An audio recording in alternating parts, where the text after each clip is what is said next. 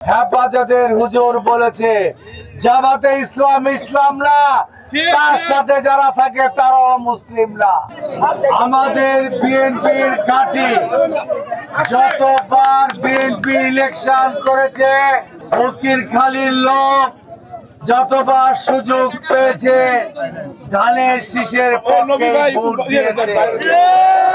আমরা বলতে চাই ইনশাল্লাহ শত ষড়যন্ত্র মোকাবেলা করে রাজাকারদের পক্ষে যারা নিয়েছে তাদেরকে রুখে দিতে হবে। এই রাজাকারদের কোনো স্থান নেই। তারা ইসলামের নামে মিথ্যাচার প্রচার করে। তাদের সাথে যারা মিলে তারাও কোনো দিন সহি ইসলাম করতে পারে না। এই কথাটা আমার না, হেফাজতের হুজুর বলেছে জামাতে ইসলাম ইসলাম না, তার সাথে যারা থাকে তারাও মুসলিম না।